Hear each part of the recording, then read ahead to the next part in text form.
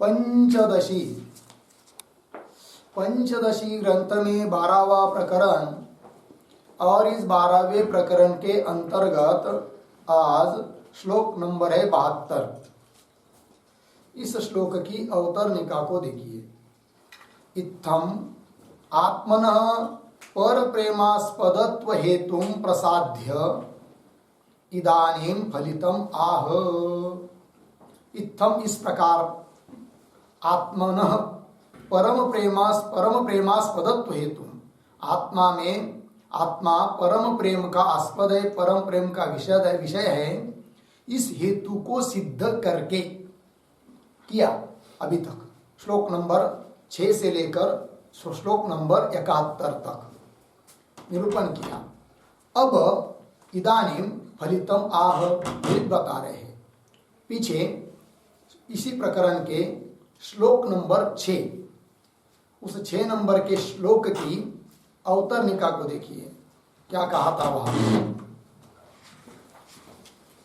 तो उत्तरत्र परम प्रेमास्पदत्वेन परमानंद इष्यताम, है कि नहीं? ये वाक्य है, श्लोक है वो 72 नंबर का। परम प्रेमास्पदत्वेन परमानंद इष्यताम, परम प्रेम का आस्पद, परम प्रेम का विषय होने के कारण आत्मा को परमानंद रूप समझना चाहिए। ये कहा है अभी 72 नंबर के श्लोक में। इति वाक्येन परम प्रेमास्पदत्वेन हेतुना आत्मनः परमानंद रूपताम सिसादीशु ग्रंथकार सिद्ध करने के इच्छुक। क्या? इति वाक्येन, उस 72 नंबर के श्लोक में दिए हुए वाक्य के द्वारा ग्रंथकार आत्मा की परमानंद रूपता को सिद्ध करना चाहते हैं। अब उसके लिए हेतु दिए रहे हैं परम प्रेमास्पदत्व।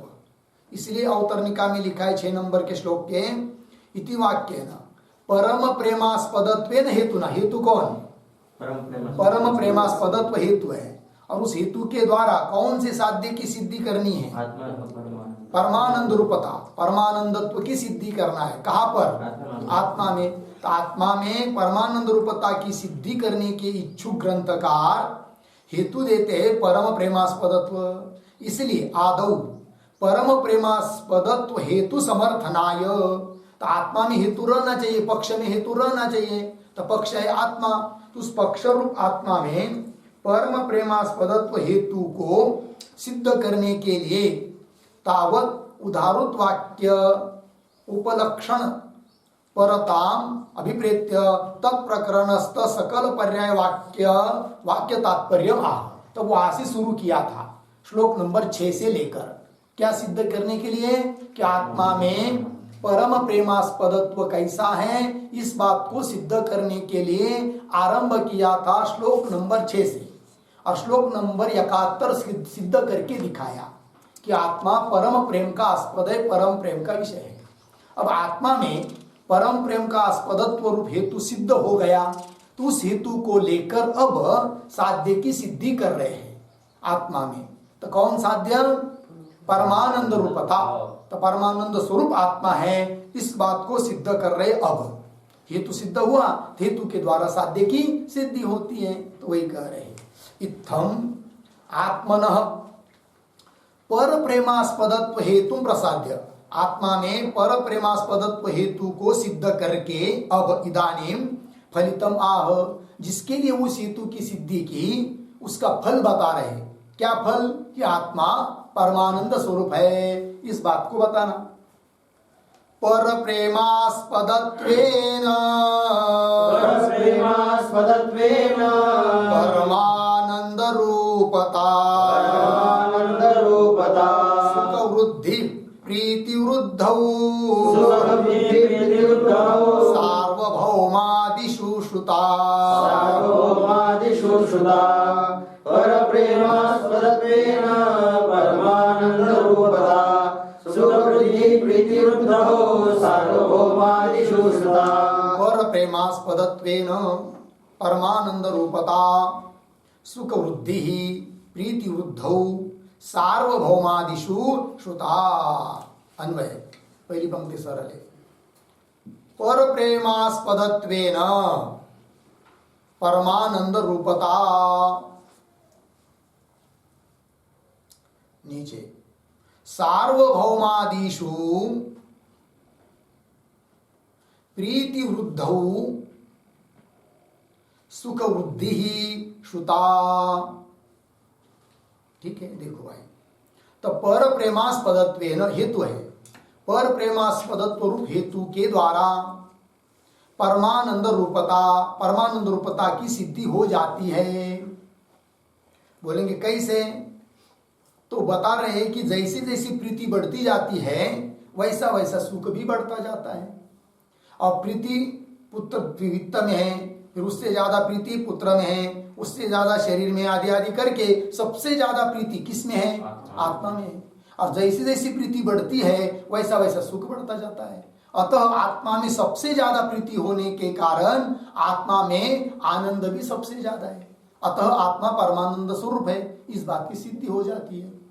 अब प्रश्न आता है कि जैसी जैसी प्रीति बढ़ती है वैसा वैसा सुख बढ़ता है, ये कहाँ आप देखा आपने ऐसे व्याप्ति को? तो बता रहे सार्वभौमादिषु, सार्वभौम मतलब राजा, सार्वभौम मतलब चक्रवर्ती राजा, चक्रवर्ती राजा इत्यादि को में जैसी जैसी प्रीति बढ़ती जाती है वैसा वैसा सुख भी बढ़ता जाता है, ऐसा श्रुति ने बताया है। इसलिए हम ये व्याप्ति बनाई कि जैसी जैसी प्रीति बढ़ती है वैसा सुख बढ़ता है। आत्मा में सबसे ज्यादा प्रीति है, अतः आत्मा परमानंद स्वरूप है। ठीक है, तो बोलेंगे इसके लिए उदाहरण बताओ कुछ कि जैसी जैसी प्रीति बढ़ती है वैसा वैसा सुख भी बढ़ता जाता है। इसके लिए उदाहरण कुछ बताओ।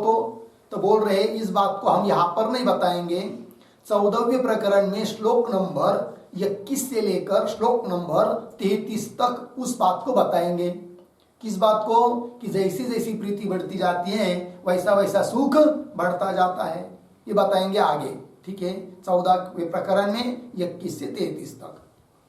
अब चलिए इस श्लोक की टीका को देखिए।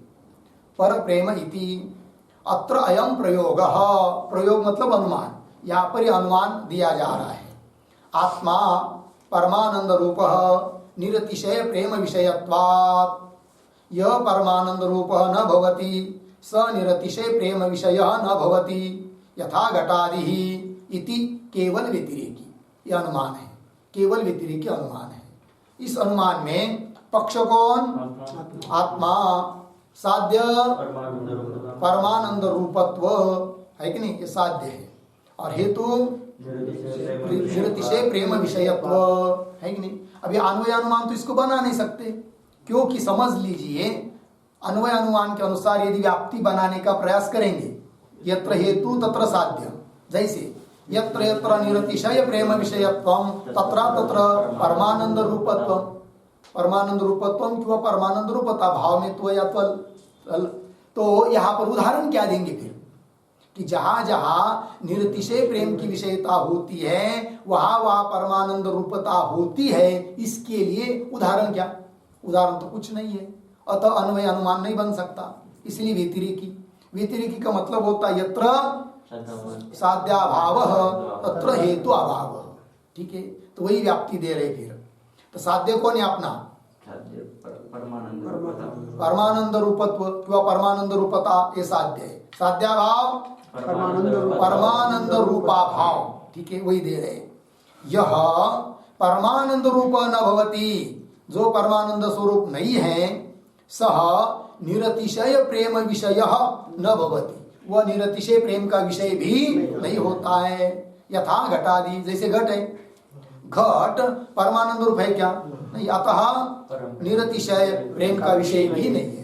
अर्थात जो निरतिशय प्रेम का विषय होगा वह जरूर परमानंद स्वरूप होगा। ठीक, यथा घटादि इति केवल व्यतिरेकी। आगे परम प्रेमास्पदत्व हेतु हो आत्मनः परमानंद रूपता साधने सामर्थ्य द्योतनाय प्रीति वृद्धौ सुख वृद्धि उदाहरति।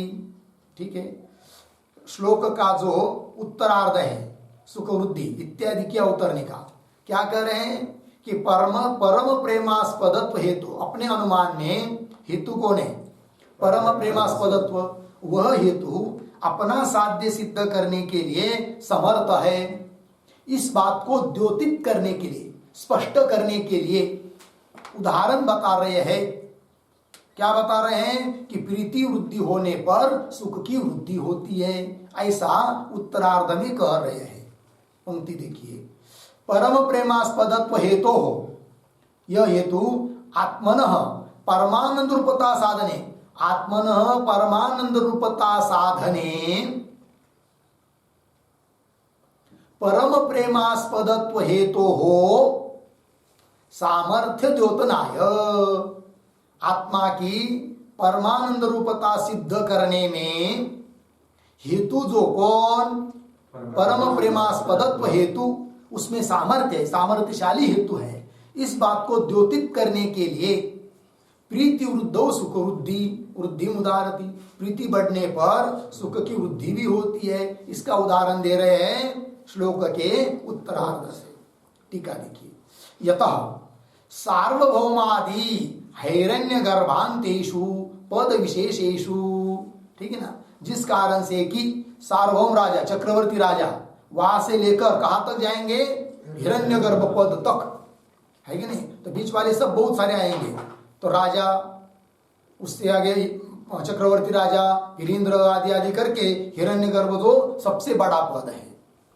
तो यह तो जिस कारण से सार्वभौम आदि, सार्वभौम से लेकर हिरण्यगर्भांतेषु, हिरण्यगर्भ पद तक, पद विशेषेषु, विशेष पदों में, यत्र यत्र प्रीति वर्धते, जहां जहां प्रीति बढ़ रही है, तत्र तत्र सुखाभिवृद्धि, वहां वहां सुख बढ़ता जाता है, सुखाभिवृद्धि अस्ति इति।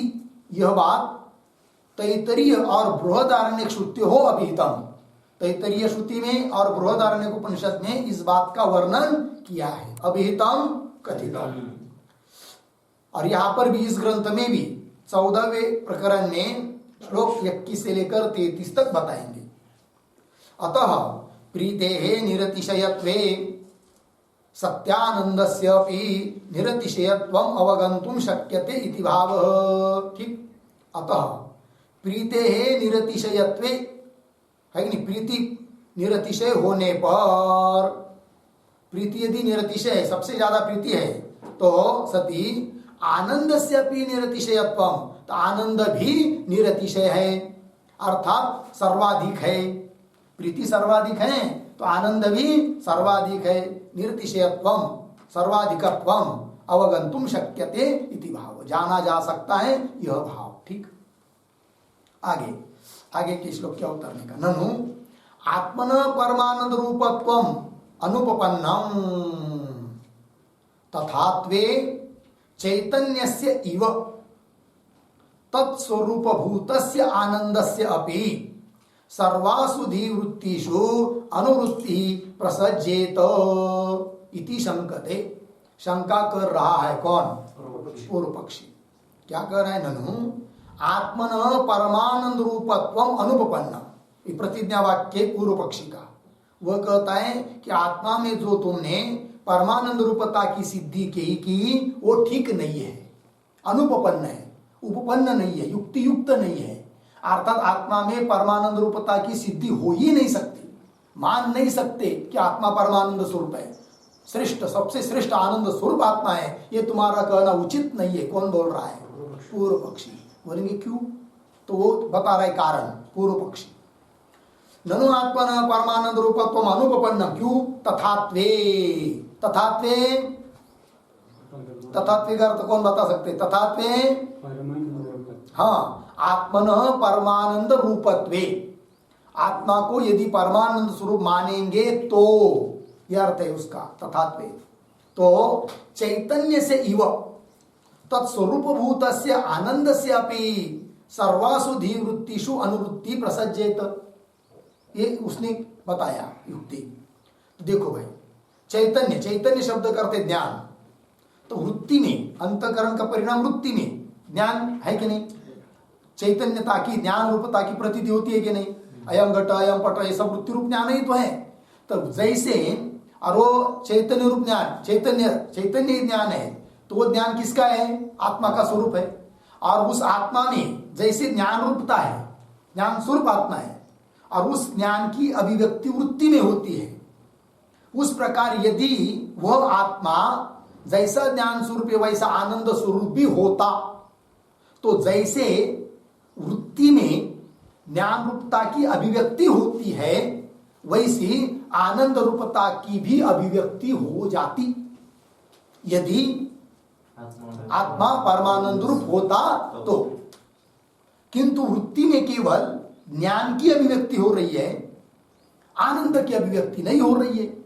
अतः हम आत्मा में ज्ञान रूपता मान सकते, ज्ञान स्वरूप आत्मा, इस बात को मान सकते, किंतु आत्मा परमानंद रूप है इस बात को हम मान नहीं सकते। कौन बोल रहा है? पूर्व पक्षी। शंका समझ में आई? पंक्ति देखिए, तथापि चैतन्य से इव, चैतन्य की तरह, ज्ञान की तरह, तत्स्वरूप भूतस्य आनंदस्यापि, है कि नहीं? तत्स्वरूप मतलब आत्मा का स्वरूप भूत यदि आनंद है तो तत् आनंदस्यापि सर्वासु वृत्तिषु, सभी बुद्धि वृत्तियों में अनुवृत्ति, प्रसज्जित अनुवृत्ति होनी चाहिए। जैसे ज्ञान की अनुवृत्ति हो रही है, ज्ञान रूप धर्म आ रहा है वृत्तियों में, वैसा आनंद भी हर एक वृत्ति में प्रतीत होना चाहिए। अनुवृत्ति प्रसज्जित इति शंकते, ऐसी शंका कर रहा है कौन? पूर्व पक्षी। श्लोक के माध्यम से चैतन्यवत् सुखम चास्य, चैतन्यवत् सुखम चास्य स्वभावश्चेच्चिदात्मनः, स्वभावश्चेच्चिदात्मनः धीवृत्तिष्वनुवृत्ते वर्तेत, धीवृत्तिष्वनुवर्तेत सर्वास्वपि चितिर्यथा, सर्वास्वपि चितिर्यथा। चैतन्यवत् सुखम चास्य स्वभावश्चेच्चिदात्मनः धीवृत्तिष्वनुवर्तेत सर्वास्वपि चितिर्यथा। चैतन्यवत् सुखम च अस्य स्वभावः चेत् चिदात्मनः धीवृत्तिषु अनुवर्तेत सर्वासु अपि चितिः यथा। अन्वय, चैतन्यवत् सुखम च अस्य चिदात्मनः स्वभावः चेत्, चिदात्मनः स्वभावः चेत्, नीचे सर्वासु अपि, सर्वासु अपि धीवृत्तिषु यथा, यथा चितिः अनुवर्तेत। ठीक, अर्थ देखिए भाई। चैतन्यवत् सुखम च अस्य, अस्य चिदात्मनः स्वभाव चेत, चैतन्य की तरह, ज्ञान की तरह सुख भी, अस्य चिदात्मन, इस चिदात्मा का अर्थात आत्मा का, ब्रह्म का स्वभाव चेत, स्वभाव मतलब स्वरूप, जैसे ज्ञान आत्मा का स्वरूप है वैसा आनंद अर्थात सुख, सुख अर्थात आनंद, आनंद भी, सुख भी यदि आत्मा का स्वरूप होता तो चेत, तब क्या होता चाहिए? तब कह रहे स्वभाव चेत सर्वास्वपि धीवृत्तिषु, सभी धीवृत्तियों में, सभी अंतःकरण की वृत्तियों में, बुद्धि की वृत्तियों में क्या होना चाहिए? यथा चितिः, जिस प्रकार चिति नाम ज्ञान, ज्ञान की अनुवृत्ति हो रही है किसमें? धीवृत्तियों में, उस प्रकार उस सुख स्वरूप आनंद की भी अनुवृत्ति होनी चाहिए। होती है क्या? नहीं। तो वही कह रहे सर्वास्वपि धीवृत्तिषु यथाचिति, जिस प्रकार चैतन्य की अनुवृत्ति होती है, ज्ञान की अनुवृत्ति होती है, उस प्रकार अनुवर्तेत, अनुवृत्ति होनी चाहिए किसकी? सुख की, किंतु होती नहीं। अर्थात हम मान नहीं सकते क्या? आत्मा परमानंद रूप है, ये मान नहीं सकते। कौन बोल रहा है? पूर्व पक्षी। आगे चलिए, आगे के श्लोक क्या उतरने का। चिदानंदयोः उभयोः अपि आत्मस्वरूपत्वे अपि वृत्तिषु चितः एव अनुवृत्तिः न आनंदस्य इति दृष्टांत अवष्टंभेन परिहरति। ठीक है, देखो, चिदानंदयो उभयो अपि, चित और आनंद, चित मतलब ज्ञान और आनंद, उभयो अपि आत्मस्वरूपत्वे भी, दोनों भी, दोनों आत्मा का स्वरूप ही है। चित ज्ञान भी आत्मा का स्वरूप है और सुख मतलब आनंद भी आत्मा का स्वरूप ही है है कि नहीं? सत चित आनंद आत्मा का स्वरूप ही है। तो भी वृत्तियों में चित्त एवं अनुवृत्ति, वृत्तियों में चित्त ज्ञान एवं अनुवृत्ति, ज्ञान की अनुवृत्ति होती है, न आनंदस्य, आनंद की अनुवृत्ति नहीं होती है। बोलेंगे ये कैसा हो सकता है? यदि दोनों उसका स्वरूप है तो बोल रहे हो सकता है। बोलेंगे कैसे, जरा दृष्टांत देकर समझाओ। तो बता रहे न आनंदस्य इति दृष्टांत अवष्टंभेन परिहरति। दृष्टांत अवष्टंभेन, अवष्टंभेन आश्रयेन, दृष्टांत का आश्रय लेकर परिहार दे रहे। परिहरति निराकरणम करोति, समाधानम करोति, उत्तरम ददाति, उत्तर दे रहे ग्रंथकार। लग गया जी? मैवमुष्ण प्रकाशात्मा दीपस्तस्य प्रभागृहे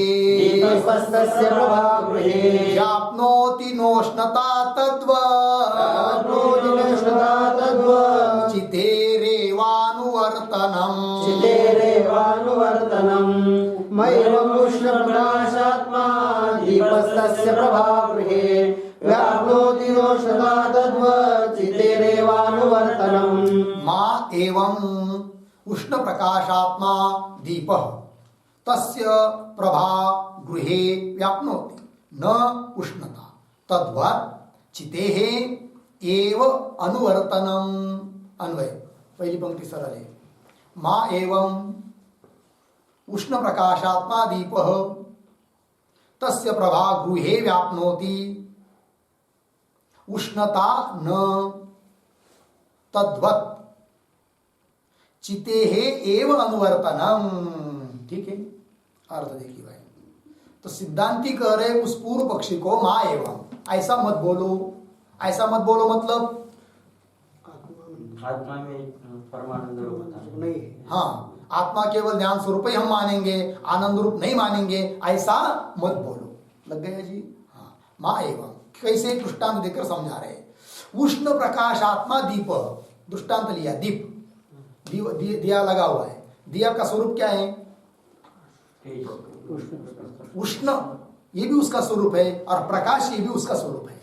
प्रकाश दे रहा है वो, और हाथ लगाएंगे तो उष्णता है कि नहीं? उष्ण और प्रकाश, उष्णता भी उसमें है और प्रकाश भी उसमें है। मतलब उष्णता और प्रकाश का स्वरूप है कौन? दिया।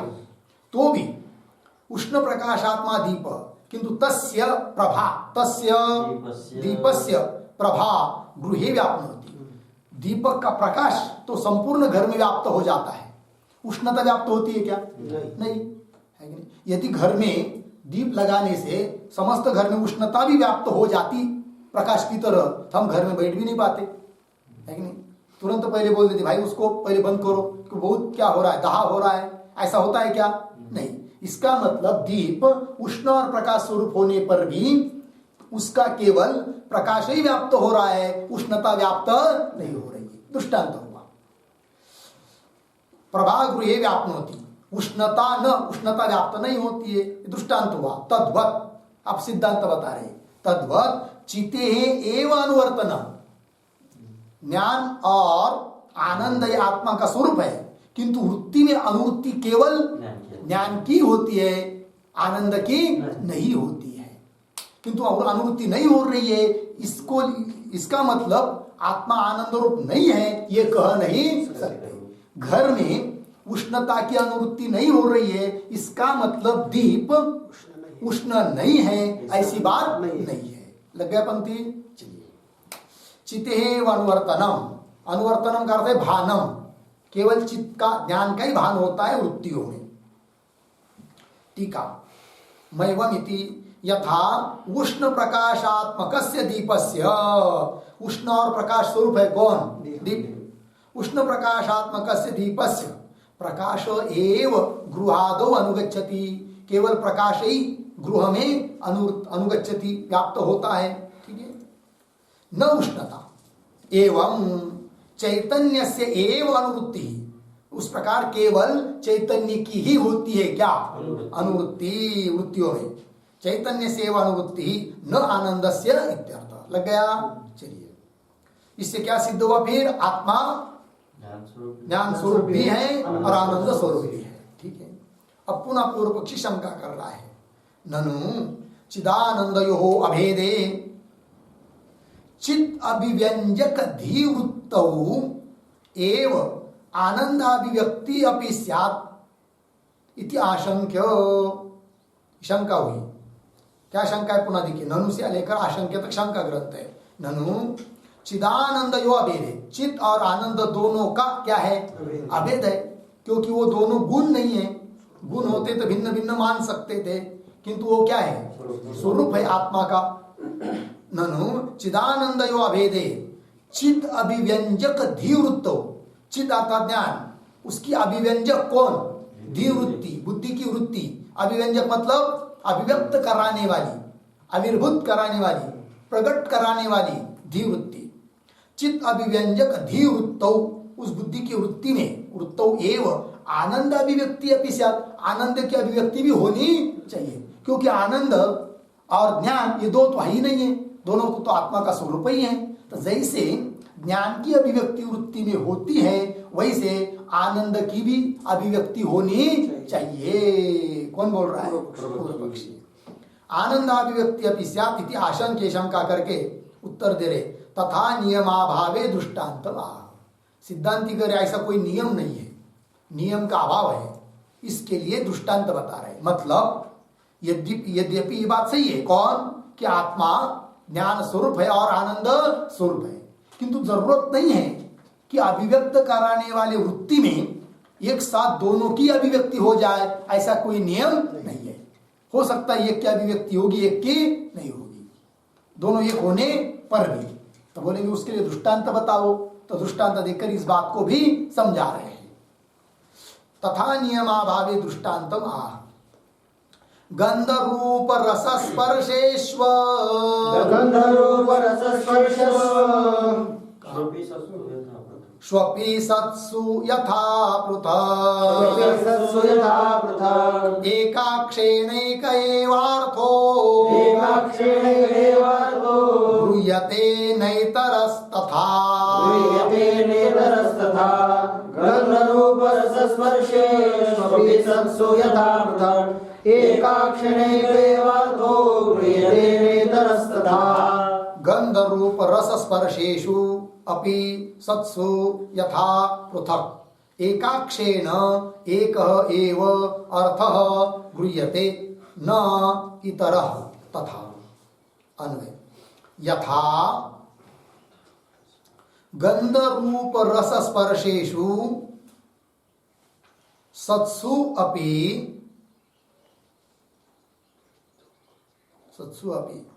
एकाक्षेण पृथक् एकः एव अर्थः गृह्यते इतरः न तथा। इतरः न तथा। ठीक है, देखो भाई अर्थ। यथा, जिस प्रकार गंध रूप रस और स्पर्श, स्पर्शेषु अपि सत्सु, ये सारे होने पर भी, जैसे घट या पृथ्वी या पुष्प लीजिए, पृथ्वी का एक भाग है फूल, उस फूल में, पुष्प में गंध है, रूप है, रस है और स्पर्श है, चारों गुण है कि नहीं? हाँ, तो उनमें चारों गुण है और वो चारों भी उस पुष्प के साथ अभिन्न है, पुष्प से भिन्न नहीं है। तो भी सत्सु अपि क्या एकाक्षेण, एक इंद्रिय के द्वारा, चक्षु के द्वारा किसका ग्रहण होता है? केवल रूप का ही होता है, रस का नहीं, स्पर्श का नहीं, किसी का नहीं। तो इंद्रिय से केवल स्पर्श का ग्रहण होता है, गंधादिक का, रूपादिक का नहीं। तो जैसे एक पुष्प से अभिन्न चारों गुण होने पर भी एक इंद्रिय के द्वारा एक का ही ग्रहण होता है, वहां पर ही शंका नहीं कर सकते। क्या? यदि उन चारों का अभेद है पुष्प के साथ, तो रूप चक्षु के द्वारा जैसे रूप की उपलब्धि हो रही है, वैसे रूप के साथ उसी चक्षु से रस की भी उपलब्धि हो जाए या स्पर्श की भी उपलब्धि हो जाए, ऐसा कह सकते हैं क्या? नहीं होता है। उस प्रकार आत्मा सुख स्वरूप, आनंद स्वरूप और ज्ञान स्वरूप होने पर भी वृत्ति में अभिव्यक्ति केवल ज्ञान की होती है, आनंद की नहीं हो रही आनंद की अभिव्यक्ति। इसका मतलब आत्मा आनंद रूप नहीं है, यह कह नहीं सकते। चक्षु के द्वारा पुष्प में स्थित केवल रूप की उपलब्धि हो रही है, रस की नहीं, स्पर्श की नहीं। इसका मतलब उस पुष्प में रस स्पर्श नहीं है, ये कह सकते हैं क्या? नहीं कह सकते। है किंतु उपलब्ध नहीं हो रहा है। उस प्रकार यहां पर भी जान लेना। कितना बढ़िया लगाया। ठीक है, पंक्ति देखिए। यथा गंध रूप रस स्पर्शेषु सत्सु अपि एकाक्षेन एकेन इंद्रियेण, है कि नहीं, पृथक अलग अलग एक एव अर्थ, एक ही अर्थ विषय गुण रूप या रस या स्पर्श गृह्यते, इतरह न, दूसरे गुण का ग्रहण होता नहीं है। तथा वैसा इधर भी लगा लेना दाष्टान्त में। तो चलिए अब टीका। यथा एक द्रव्यवर्ती नाम गंधादि नाम चतुर्नाम मध्य, एक द्रव्यवर्ती एक ही द्रव्य में रहने वाले, एक ही फूल में रहने वाले गंधादिक 4 गुण, एक द्रव्यवर्ती नाम गंधादि नाम चतुर्नाम मध्य घ्राणादिना एकेन इंद्रियेण, घ्राणादिक एक एक इंद्रिय के द्वारा गंधादि एक एव गुण गृह्यते, गंधादिक एक एक गुण का ही ग्रहण होता है, प्रत्यक्ष होता है। न इतरह, अन्य गुण का प्रत्यक्ष नहीं होता है। तथा उस प्रकार चिदानंदयोः मध्ये, चित और आनंद आत्मा का स्वरूप है, चित और चित स्वरूप है, आनंद स्वरूप है आत्मा, तो भी उन दोनों में चिदानंदयोः मध्ये चित्त एव अवभासनम, चित्त अर्थात ज्ञान का ही अवभासन होता है, आनंद की अभिव्यक्ति नहीं होती है। इसका मतलब आत्मा आनंद स्वरूप नहीं है, यह बात नहीं, अर्थात आत्मा आनंद स्वरूप ही है। आगे दृष्टांत दाष्टान्तिकयोः वैषम्यम शंकते। अब पूर्व पक्षी बोल रहा है, क्या तुम सिद्धांती, दृष्टांत कहा और दाष्टान्त कहा, दोनों में कुछ समानता तो हो, समानता तो कुछ है ही नहीं है।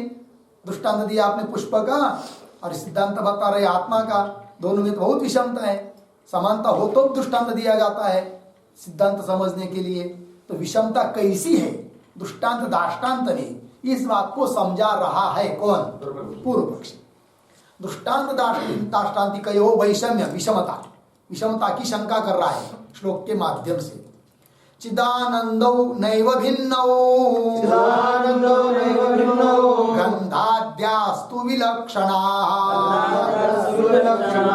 इति चेत् तदभेदोऽपि साक्षिण्यन्यत्र वा वद।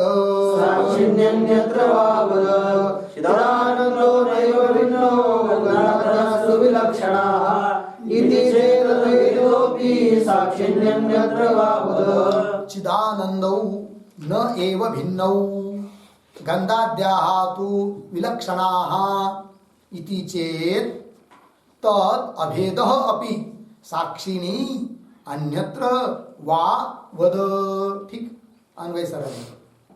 तो देखिए क्या कहता है पूर्व पक्षी। पूर्वार्ध में पूर्व पक्षी शंका कर रहा है, विषमता की शंका।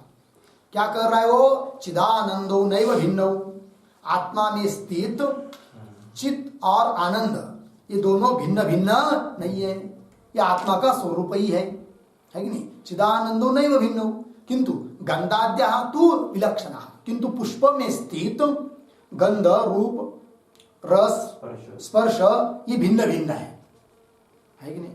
अतः वो भिन्न भिन्न है दृष्टांत में, और सिद्धांत में दोनों अभिन्न है। अतः हमने जो बात कही है, पूर्व पक्षी बोल रहा है क्या, कि वृत्ति में जैसे चित्त की अभिव्यक्ति होती है तो उस चित्त से अभिन्न जो सुख आनंद उसकी भी अभिव्यक्ति होनी चाहिए, क्योंकि दोनों एक ही है। किंतु तुमने, हे सिद्धांती, तुमने हमको तो दृष्टांत देकर बताया कि जैसे पुष्प में स्थित बहुत सारे हैं तो भी एक इंद्रिय के द्वारा एक ही ग्रहण होता है, दूसरे का नहीं। किंतु दृष्टांत और दाष्टान्त में बहुत अंतर है। दार्ष्टान्त में तो चित्त और आनंद अखंड एक रस है, किंतु पुष्प में स्थित रूप रस गंध स्पर्श ये तो अलग अलग है। हाँ, वो भी यदि एक ही रहते तब तो वहां हम भी कह सकते कि चक्षु के द्वारा रूप का ग्रहण हो रहा है तो रूप के साथ रस का भी ग्रहण हो जाए। यदि अखंड अभिन्न रहते तो, रूप रस वगैरह अभिन्न रहते तो, किंतु रूप अलग गुण है, रस अलग गुण है, स्पर्श अलग गुण है, भिन्न भिन्न है वो। तब दृष्टांत और दाष्टान्त का तो समानता है ही नहीं, विषमता है। तो कैसे तुम कर रहे हो हमारा तोंड दबाने के लिए, मुख बंद करने के लिए दृष्टांत देकर? ये बोल रहा है कौन? पूर्व पक्षी। पूर्व पक्षी बात समझ में आ रही कि नहीं? लग रहा है पंक्ति? हाँ। चिदानंदो नैव भिन्नो गंधाद्या तो विलक्षणा इति चेत, यहां तक पूर्व पक्षी हुआ। अब सिद्धांति करे ऐसे यदि तुम बोल रहे हो तो इति चेत, तो बताओ जरा हमको। सिद्धांति पूछ रहे अब उसको, पूर्व पक्षी को। इति चेत तद अभेदः अपि साक्षिणी अन्यत्र वा वद। तद अभेदः, तद अभेदः ज्ञान और आनंद का। हाँ, चित्त और आनंद का अभेद तुम बोल रहे हो, वह अभेद साक्षी में है क्या? साक्षी को छोड़कर अन्य किसी में है? चित्त और आनंद का भेद साक्षी में है कि साक्षी को छोड़कर अन्य किसी वृत्ति आदि उपाधियों में है अभेद? बताओ जरा हमको। ये पूछ रहे हैं विकल्प करके। कौन? सिद्धांति पूछ रहे पूर्व पक्षी को। टीका को देखिए। चिदानंदो इति विलक्षणाः प्रतीक है, उसका अर्थ कर रहे भिन्नाः इत्यर्थः। विलक्षणा शब्द का अर्थ होता है भिन्नाः, भिन्नाः इत्यर्थः। आगे, मुक्त वैषम्यम परिहर्त्वम दार्ष्टान्तिके चिदानंदयो अभेदः किम स्वाभाविकः उत औपाधिकः। ये विकल्प किया। उक्त वैषम्यम परिहर्त्वम, पूर्व पक्षी ने दिखाया क्या? वैषम्य, विषमता। उस विषमता तो है नहीं है वस्तुतः, किंतु पूर्व पक्षी को लग रहा है विषमता है। अब वो पूर्व पक्षी ने अपने बुद्धि से दिखाई जो विषमता है, उस विषमता का परिहार करने के लिए दार्ष्टान्त में, दार्ष्टान्त के चिदानंदयो अभेद किम, चिद और आनंद का अभेद क्या स्वाभाविक है अथवा औपाधिक है? ऐसा विकल्प कर रहे हैं कौन? सिद्धांति। किसको? पूर्व पक्षी के प्रति विकल्प करके पूछ रहे। क्यों पूछ रहे हैं? उसकी विषमता को दूर करने के लिए। पंक्ति देखिए। उक्त वैषम्यम परिहर्त्वम, ऊपर कही हुई विषमता का परिहार करने के लिए दार्ष्टान्त के सिद्धांत में चिद आनंदयो अभेद, चिद और आनंद का अभेद किम स्वाभाविक उत औपाधिक, स्वाभाविक अभेद है क्या उपाधिकृत अभेद है? ये बात। इति विकल्पयति तद अभेद इति इत्यादि पंक्ति से। आगे, तद अभेद प्रतीक है। तद अभेद का अर्थ कर रहे हैं तयो चिदानंदयो अभेद, उन चित और आनंद का अभेद। अभेद शब्द का अर्थ कर रहे ऐक्यम, अभेद अर्थात ऐक्यम।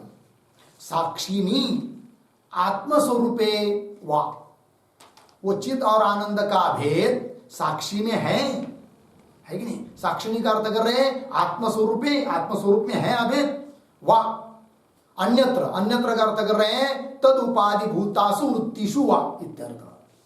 मतलब चित्त और आनंद का अभेद साक्षी के साथ है। चित्त का भी अभेद साक्षी के साथ, आनंद का भी साक्षी के, चित्त आनंद का अभेद साक्षी के साथ है, साक्षी से भिन्न भिन्न नहीं है ये कहना है। क्यों? वृत्ति के साथ अभेद है कि नहीं?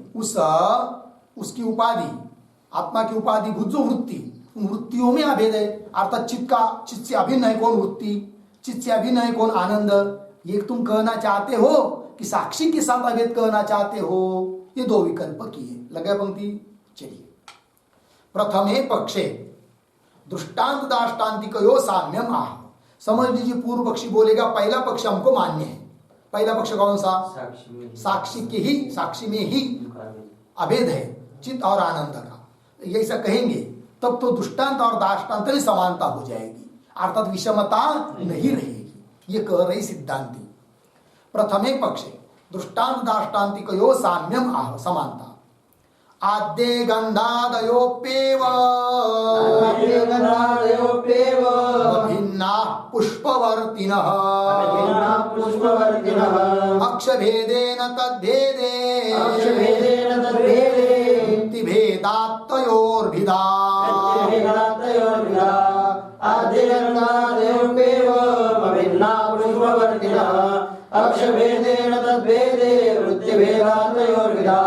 आद्ये गंधादयः अपि एवं अभिन्नाः पुष्पवर्तिनः अक्षभेदेन तद्भेदे वृत्तिभेदात् तयोर्भिदा।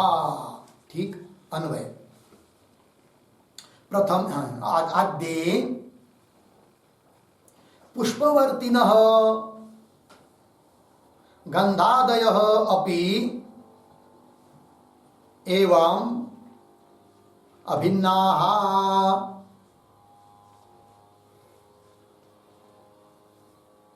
पुष्पवर्तिनः गंधादय अपि एवं अभिन्नाः।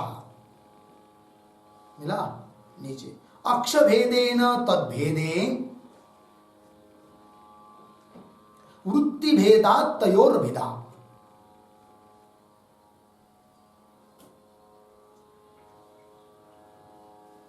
ठीक है, देखो आद्य आद्य मतलब दो विकल्पों में से पहला विकल्प यदि स्वीकार कर लेता है पूर्व पक्षी, पहला विकल्प कौन?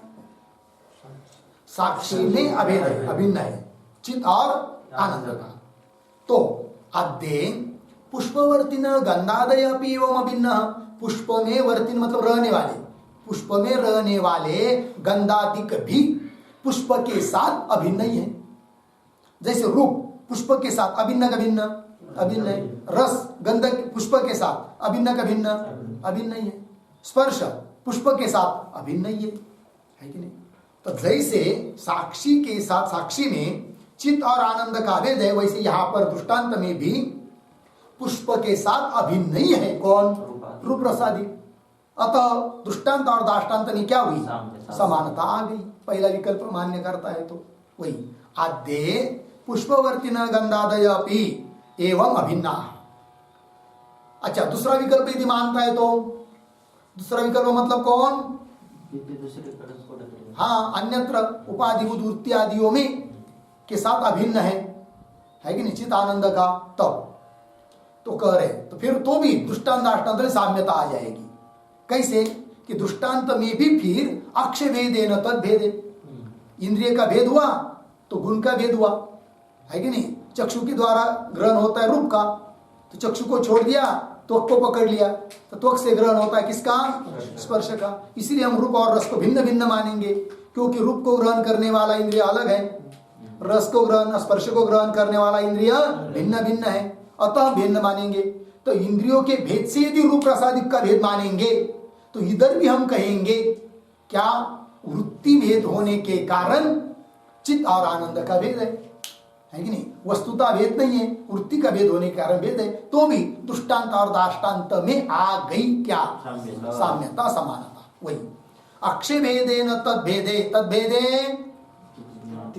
गंधादि भेदे, अक्षभेदेन तद्भेदे, गंधादि भेदे, गंधादि का भेद होता है तो वृत्ति भेदात्, वृत्ति में भी भेद होने के कारण तयोर भिदा, तयोर चिदानंदयोः भिदा अर्थात भेद, चिद और आनंद का भेद हो जाएगा।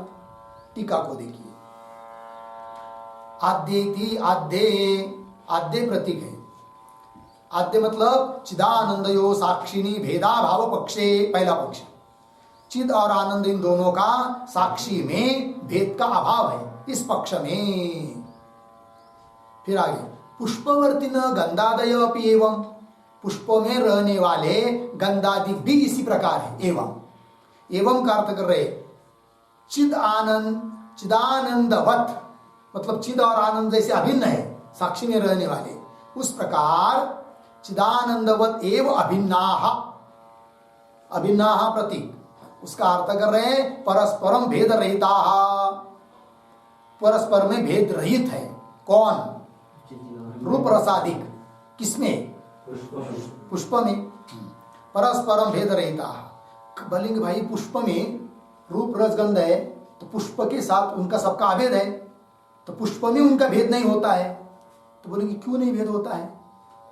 तब उसका उत्तर दे रहे, समझ लीजिए पुष्प में रूप रस गंध स्पर्श है, उस पुष्प में विद्यमान जो रूप रस गंध स्पर्श है उनमें से रूप को वहीं पर रखकर केवल उसके स्पर्शों को हम बादला कर पाते, कि स्पर्शों को वैसा ही पुष्प में रखकर केवल उसके रूप को हम अलग कर पाते, तब हम बोल पाते क्या? पुष्प में विद्यमान रूप रसादिक भिन्न भिन्न है। किंतु ऐसा कर सकते हैं क्या? नहीं। अतः क्या हुआ? पुष्प के साथ उन सब का अभेद ही है। उसी प्रकार क्या चित्त और ज्ञान का साक्षी के साथ क्या है? अभेद ही है। ये बात परस्परम भेद रहता ये तो दे रहे, क्यों? इतर परिहारेण एकस्य आनेतुम अशक्यत्वात् इति भाव। ठीक है, एक इतर परिहार, इतर मतलब उनमें से रूप रसादियों में से एक का परिहार करके, एक को बाजुला करके, एक को यदि ले आ पाते तब तो उसका भेद समझते। इतर परिहारेण एकस्य आनेतुम, एक का ले आना अशक्यत्वात्, अशक्य शक्य इति भाव है कि नहीं? अतः पहला विकल्प मानने पर क्या सिद्ध हुआ? दृष्टांत और दाष्टांत में समानता सिद्ध हुई। अब पूर्व पक्षी कहेगा हम पहला विकल्प नहीं मानेंगे, दूसरा विकल्प मानेंगे। तो बता रहे आप द्वितीय पक्षे है कि नहीं, वृत्त्यादियों में अभेद है चित आनंद का, ऐसा जो द्वितीय विकल्प वो यदि मानता है, स्वीकार करता है पूर्व पक्षी, तब उसका खंडन। द्वितीय पक्षे अपि साम्यम आह, दूसरा पक्ष मानता है तो भी साम्य ही है। किसमें? दृष्टांत और दाष्टांत में। वही दे रहे अक्षाणाम प्रतीक है। अक्षाणाम का अर्थ कर रहे गंधादि ग्राहकाणाम घ्राणादि इंद्रियाणाम, गंधादिक का ग्रहण करने वाले जो घ्राणादिक इंद्रिय है उन इंद्रियों का भेदेन, अक्षाणाम भेदेन, अक्ष भेदेन पद आया है कि नहीं मूल में? अक्षाणाम भेदेन इंद्रियाणाम भेदेन, लग गया? आगे तद भेदे मतलब अक्ष भेदेन तद भेदे, इंद्रियों का भेद होने से रूप रसादि का भेद मानेंगे तो तद भेदे प्रतीक है, उसका अर्थ कर रहे तेषाम गंधादीनाम भेदाभ्युपगमे, इंद्रियों के भेद के कारण उन गंधादियों का भेद मानेंगे। ऐसा यदि मान्य करता है कौन? पूर्व पक्षी। स्वरूपता पुष्प के साथ सबका भेद है, किंतु इंद्रियों का भेद होने के कारण रूप रसादिकों का भेद है, यह यदि मान्य करता है, स्वीकार करता है कौन? पूर्व पक्षी। तद भेदे तेषाम गंधादीनाम भेदाभ्युपगमे, भेद का स्वीकार करने पर तद्वत एव, उसी प्रकार वृत्ति भेदात् चिदानंदाभिव्यक्ति हेतुनाम राजस सात्विक वृत्ति नाम भेदात् तयोः प्रतीक, तयोः चिदानंदयोः भिदा प्रतीक है। भिदा का अर्थ भेद भविष्यति इत्यर्थ। ठीक है, देखिए भाई तद्वदेव, उसी प्रकार वृत्ति भेदा, जैसे उधर इंद्रियों का भेद होने से रूप रस में भेद, उसी प्रकार इधर भी वृत्तियों का भेद होने के कारण चिदानंद अभिव्यक्ति हेतु नाम, चिदानंद का, चित और आनंद का आविर्भाव अभिव्यक्ति कराने के लिए कारण जो वृत्तियां है कि नहीं, तो वृत्तियां क्या करती है? अभिव्यक्त करती है, प्रकट करती है। किसको? चित और आनंद को। तो चित और आनंद को अभिव्यक्त करने वाली जो वृत्तियां हैं उन वृत्तियों में भेद है, अतः उसमें भेद प्रतीत हो रहा है। किसमें? चित और आनंद में। वस्तुतः भेद नहीं है। ध्यान दीजिए, साक्षी में विद्यमान, आत्मा में विद्यमान जो चित और आनंद है उसमें वस्तुतः भेद नहीं है, किंतु भेद क्यों प्रतीत हो रहा है? उसको अभिव्यक्त करने वाली वृत्तियां भिन्न भिन्न है, इसलिए भेद हो रहा है। तो बोलोगे कौन सी वो वृत्तियां है कि जिसमें कुछ वृत्तियों में चित्त की अभिव्यक्ति होती है, ज्ञान की, कुछ वृत्तियों में आनंद की अभिव्यक्ति होती है। ऐसी वृत्तियां वो कौन कौन है? कौन कौन सी है कि जिन वृत्तियों के भेद के कारण उस चित्त और आनंद में भेद प्रतीत हो रहा है, वस्तुता न होने पर भी, वस्तुता भेद न होने पर भी। वही कह रहे तद्वत एवं वृत्ति भेदात् चिदानंद वृत्ति भेदात का अर्थ कर रहे हैं, वृत्ति भेदात प्रतीक है।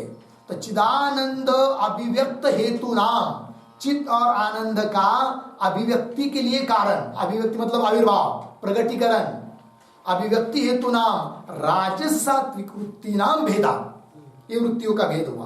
कुछ वृत्तियां राजस वृत्ति होती है और कुछ वृत्ति सात्विक वृत्ति होती है। तो राजस सात्विक वृत्ति नाम भेदात, ऐसा वृत्तियों का भेद होने के कारण तयो चिदानंदयो भेदा भेदा भेद भविष्यति। वस्तुतः भेद नहीं है, किंतु वृत्ति का भेद होने के कारण उसमें भेद प्रतीत हो रहा है। आगे ननु तर्हि चिदानंदयो ऐक्यम कुत्र उपलभ्यते इति आशंक्या। तो पूर्व पक्षी बोल रहा है यदि ऐसी बात है तो ठीक है, चिद और आनंद का अभेद ही है, किंतु चिद और आनंद इन दोनों की एकता कहां पर उपलब्ध होती है ये बताओ अब हमको, ऐसा पूर्व पक्षी बोल रहा है। ननु तर्हि चिदानंदयो ऐक्यम, चिद और आनंद का ऐक्य एकता है, यह ऐक्य कुत्र उपलब्धते, कहाँ उपलब्ध होता है, ये शंका। इति आशंका उत्तर दे रहे। सत्ववृत्तौ चित् सुखैक्यं तद्वृत्तेर् निर्मलत्वतः रजो वृत्तेस्तु मालिन्यात् सुखांशोऽत्र तिरस्कृतः। सत्ववृत्तौ चित्सुखैक्यं तद्वृत्तेर् निर्मलत्वतः रजो वृत्तेस्तु मालिन्यात् सुखांशोऽत्र तिरस्कृतः। सत्ववृत्तौ चित्सुखैक्यं तद्वृत्तेः निर्मलत्वतः रजो वृत्तेः तु मालिन्यात् सुखांशः अत्र तिरस्कृतः। अन्वय पहली पंक्ति सरल है। सत्ववृत्तौ चित्सुखैक्यं तद्वृत्तेः निर्मलत्वतः, नीचे रजो वृत्तेः तु मालिन्यात् अत्र सुखांशः तिरस्कृतः। ठीक है, ध्यान दीजिए। सत्ववृत्तौ, सत्ववृत्तौ मतलब सत्व गुण का परिणाम स्वरूप जो वृत्ति, सात्विक वृत्ति, उस वृत्ति में चित्त और सुख इन दोनों का ऐक्य प्रतीत होता है। बहुत ज्यादा वृत्ति में सात्विकता आ जाती है तो ऐसी वृत्ति में आनंद की भी अभिव्यक्ति है और ज्ञान की भी अभिव्यक्ति है, और दोनों अलग अलग भी नहीं भासते, एक रूप से ही भासते हैं। तो दोनों की एकता की अभिव्यक्ति कौन सी वृत्तियों में होती है? सात्विक वृत्तियों में। सत्ववृत्तौ चित् सुखैक्यम, क्यों?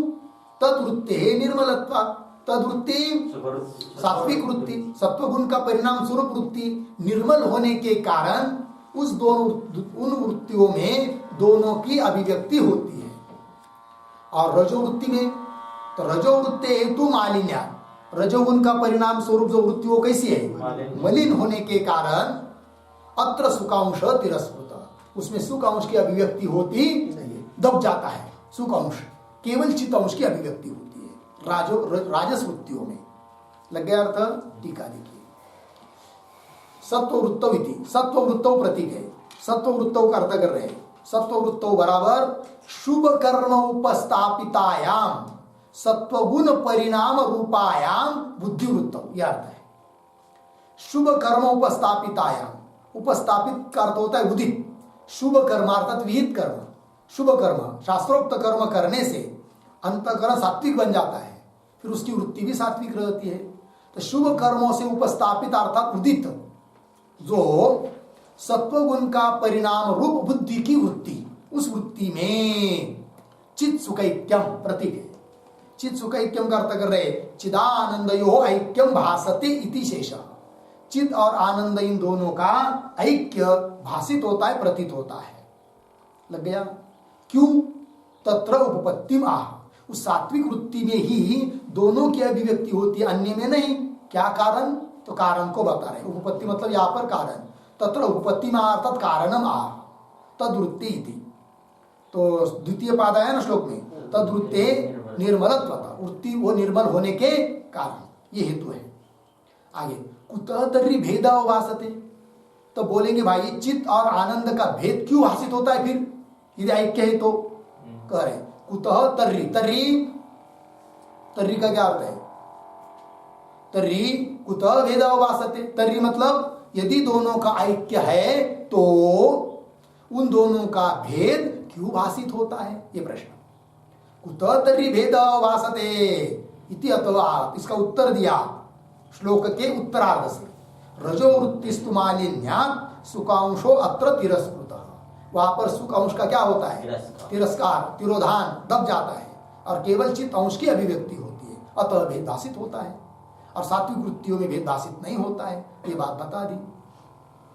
अब उस वह आत्मा सुख स्वरूप है, ज्ञान स्वरूप है, तो उसमें ज्ञान के साथ साथ सुख भी हमेशा विद्यमान है, और उस वृत्ति में भी सुख भी है, ज्ञान भी है, क्योंकि आत्मा उसमें है, चैतन्य है, तो चैतन्य मतलब ज्ञान भी है और आनंद भी है।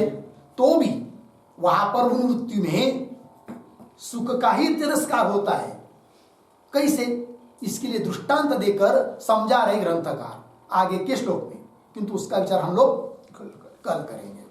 ओम पूर्णमदः पूर्णमिदं पूर्णात् पूर्णमुदच्यते पूर्णस्य पूर्णमादाय पूर्णमेवावशिष्यते। ओम शांति शांति शांति।